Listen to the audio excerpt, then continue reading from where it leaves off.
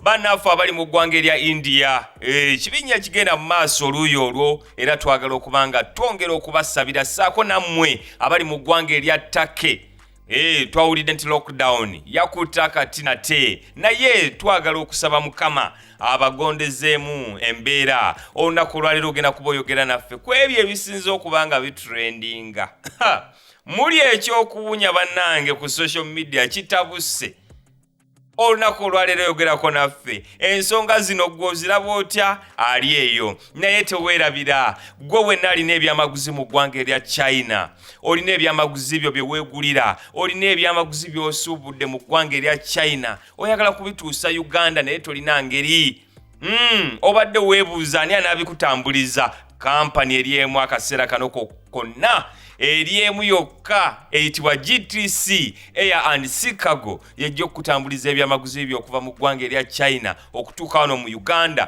ku speed eya yiriyiri nga bakozesa ennyonyi oba ate bisobola n'okuyita ku mazzi so nga ate ku miwendo egyesigika emiwendo emyangungu. GTC Air and Sea Cargo yogera naffe ku namba y'essimu yogera naffe ku namba y'essimu eyo oba beera ng'otuweereza ka WhatsApp message omanye ebisingawo ku ngeri gy'oyinza otutambuza ebyamaguzi byo okuva mu ggwanga erya China paka mu ggwanga erya Uganda mu bwangu obw'ekitalo. Ali ku ssimu olunaku olwaleero twagala twogeraganyeemu otubuulire ebintu gw'obiraba otya. Ali ku ssimu asose hello mukulu wangisebo nze matalisi solido y'abakyala wano mu Ndeeba omunyuwa Honegotwi agamba atya matalisi weebale kuweereza muganda wange ngezaako kulikayo bannange mu kulonkinga kwa alubamu eya Eddie Kenzo nawe waliyo wandengera otya saaliyo naye waliwo ayaŋŋamba nti yakulengera nali sisobola kusubwa noti ya made in Africa wadde ba ex baali eri bali Dubai bali abulamu ffe twali mu kuwagira kaana kambaata kituufu era mwakola kirungi era njagala okuyozayoza Eddie Kenzo okuba nti yatuukako olunaku n'alonkinga alubamu ye amina sebe ennaku zino ekirevu kya Dr. Sebunya batandise okukisala mu saaluuni layira omwana atuukayo n'assaawo oluba n'agamba kinyoozi nsalanga ekya Sebunya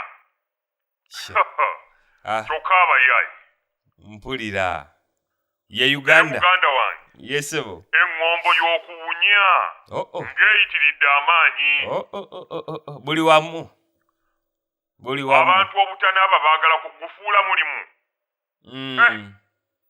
tunatera okubawulira nga bagugulawo ebibiina mbu gavumenti ebawa entandikwa kikikyo nga beefudde ki olwotera okuwulira abawunyi b'empigi abawunyi b'oku Kaleerwe abawunyi b'e Nakawa abawunyi b'e Katwe nga beekozeemu omulimu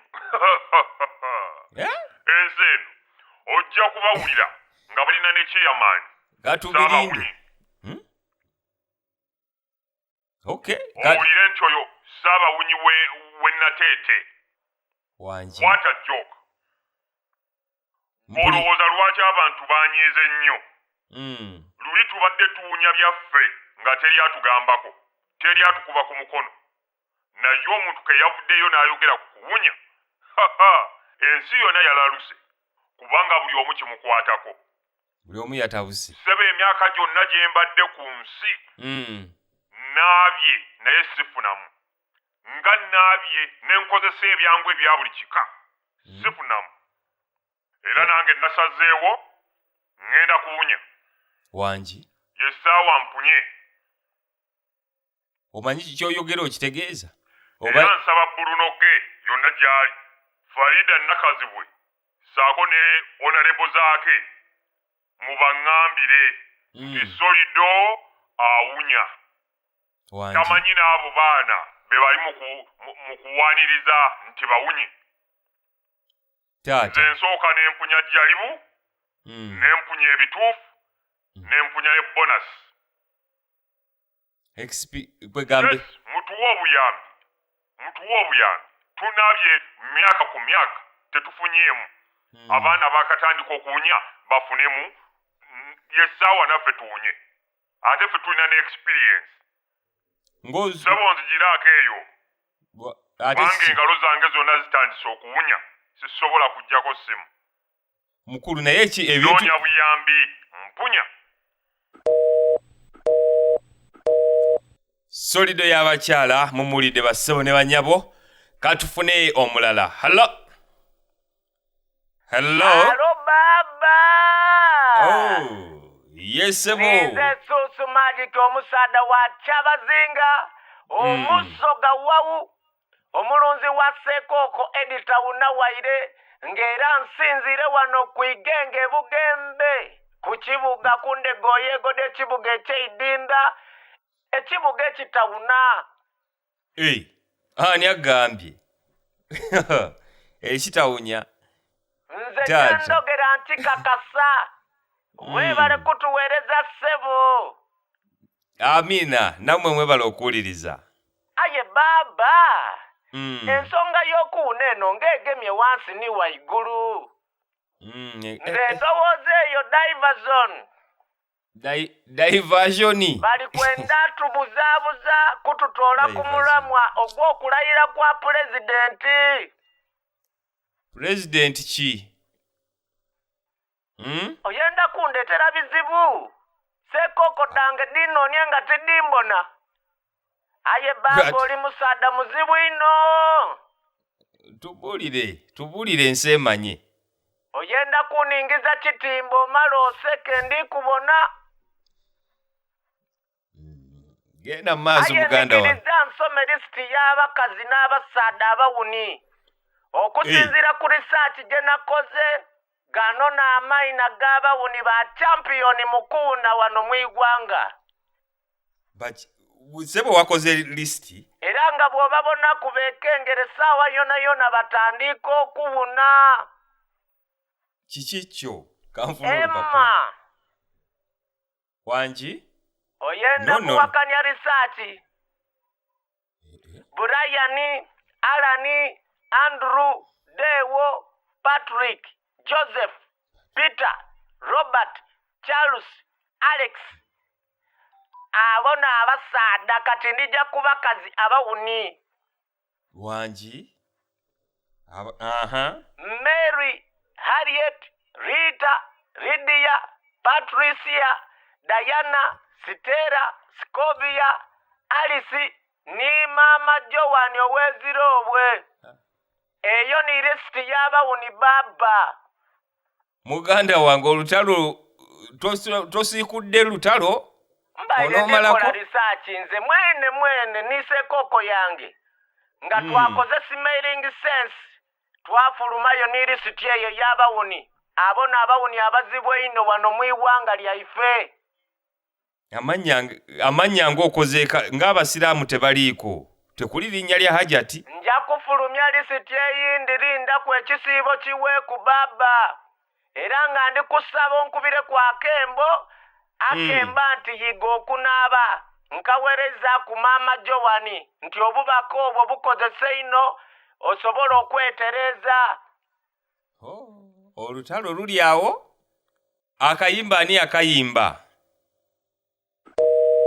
alright Susu Magic ali ku ssimu omulala olunaku olwaleero yogera nafalo presenter nze Maama Joan omulimi w'amatooke n'ebijanjaalo wano Ezirobwe ku faamu y'amajanja yes agamba atya omulimi w'amatooke nnyo ekya munnamawulire wa UBC omugenzi Kagolo bannange Mukama amuwe ekiwummulo eky'emirembe kibi nnyo abasajja abeerudiyo bamukubye amasasi bamukubye amasasi munnange kibi nnyo nsaba Mukama atusaasire naye abantu baffe baggwaawo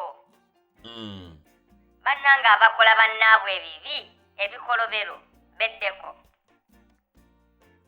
ate njagala omuntu yenna eyeetegeka okukola ku munno obulabe okukola ku munno ekintu ekikyamu kyonna akimanye nti luliba lumu naye agenda kufuuka embuyaga ezikunta babanga abatakimanyi babanga abatakirowooza si kukolima njogera bituufu abantu abamu balowooza ensi bagenda kugibeeramu lubeerera naye buli akola munne ekintu ekibi anything bad buli yeeraga njagala okimanye nti naawe luliba lumu ogenda kuyitibwa ancestor. Ancestor solido, ancestor susu magiki n'atandika n'okunteeka mu mannya ag'abawunyi. Annaye obukookolo oyo susu magiki akakookolo n'anteeka mu lisiti y'abawunyi. Lumu susu magiki ogenda kufuuka ancestor. Presenter naawe ogenda kufuuka ancestor. Lwaki ogezesa ku nze? Kubanga lumu bagenda kuyita ancestor. Kambuze ku musajja ng'oli eyo watandise obutanaaba nga bwe weeyogeza mbu mu kunaaba sirina kyenfunyeemu. Otandise okuwunyirira abantu ku makubo ne mu makaago. Solido. Abamu ekigambo okuwunya mutandise n'okukikozesa obubi. Omuwala bw'akugaana ng'omulangira okuwunya. Abamu batandise n'okukiteeka ku mabaluwa agasaba emirimu. Ngubangu okufuna emirimu. Wabula mujooga. Bantu mmwe mujooga. Waliyo n'abantu abamu nga bawunyirira abaagalwa baabwe okwagala okubalemya obufumbo. Ng'omusajja ava ewaka omuntu n'afuna ku mirembe. Kyokka bwadde olw'eggulo ennyindo ne zibula okutukuukamu. Naye mazima lwaki Alex Mukulu teyeesimbawo ku bwa mmeeya bwa Kampala? N'afuga ekibuga ayinza okuba nga yandiyambye aba KCCA okukolawo enjawulo. Bannange ekibuga nga waliwo lwe kiwunya, kasasiro n'akyuma. Omwami oyo engeri gy'alina ekitone eky'okuwunyiriza, nze ndaba yandiyambye KCCA. Emyala gyonna ne gigogolwa, ekitone kye kya mugaso nnyo mu ggwanga lino. Naye kantwale omukisa okuyozaayoza Eddie Kenzo Omusuuza olw'okutongoza alubamu ye eya Africana. Made in Africa. Album Made in Africa, South African. Sebo X we yabadde eri alonkinga alubamu ya bifaananyi ku Facebook. Naye ye musajja atumusuuza alonkinga alubamu ya kukola ssente. Simanyi ekyo mu Lungereza kye bayita lemidu, awa middu lesidu. So malicious. Sebo company gye bayita May Queen Events and Designs ogimanyi? Nedda nyabo. Omanyi lya loogi nga solido y'abakyala? Anti munnange birthday yange esembedde. Aba May Queen abo bengenda okukwasa omulimu gw'okutegeka birthday yange. Balungi nnyo. Omuntu yenna alina omukolo bamuggyako stress olw'okugutegeka. Zino zi baby shower, birthday party, kukyala, reception z'embaga. Kwegamba bateekateeka ate ne bakuyamba n'okukola decorator ebyokutimba ebyo. Decoration. Ne bakola Simanyi decoration. bw'obunirako tossa. Wamma ababeetaaga bali kumpi awo ekireka. Ye ndabika nina n'ennamba y'essimu yaabwe. 0758M5730. Okay. Yeggo wasaddi. Njiwe Oba olinda Kenzo. Naawe olinda Muyembe kwengera. Aha. Seba aba May Queen abo ate balina discount eri emikolo gyonna mu mwezi guno ogwa May. Okay. Abantu bawulidde. Presenter naawe obulidde. Ye lwaki oba towasa Botricious Days? N'otuwonya omusege. Era nga nze ntwala emisege. Alright. Ali ku simu. Hello. Nze sigenda kuvuga nga tonnafuluma. Mukulu. toka gifulume. Eno taxi si yajja fuluma. Ssebo.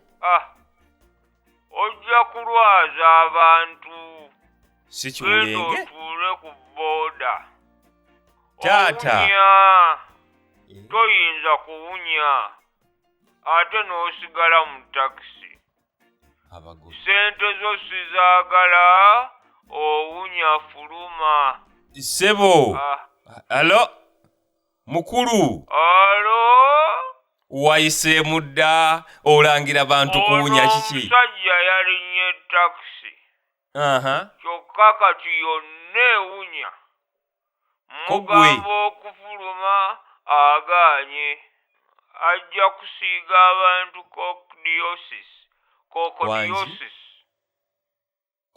Coccidiosis. Ye, obulwadde obuva ku kko. Taata. Genda maaso. Ekiwulenge Piriton, omuvuzi wa takisi wano e Nansana, ku Yesu amala. Speaker of Parliament, to be. Ssebo mbuuza. Leero teesaako. Teesa ku bigenda mu maaso mu ggwanga. Obyogerako ki ebigenda mu maaso? Ngamba byeyongereyo mu maaso. Sibirinaako buzibu. Gw'obirinako obuzibu? Ebiki? Ebigenda mu maaso mu ggwanga. Ssebo mbuuza. Singa omusajja ankwata ne mukazi we mu loogi ne mmuyimbiramu akayimba akagamba nti bak'abasajja banyuma, omusajja oyo ayinza okunsonyiwa? Nziraamu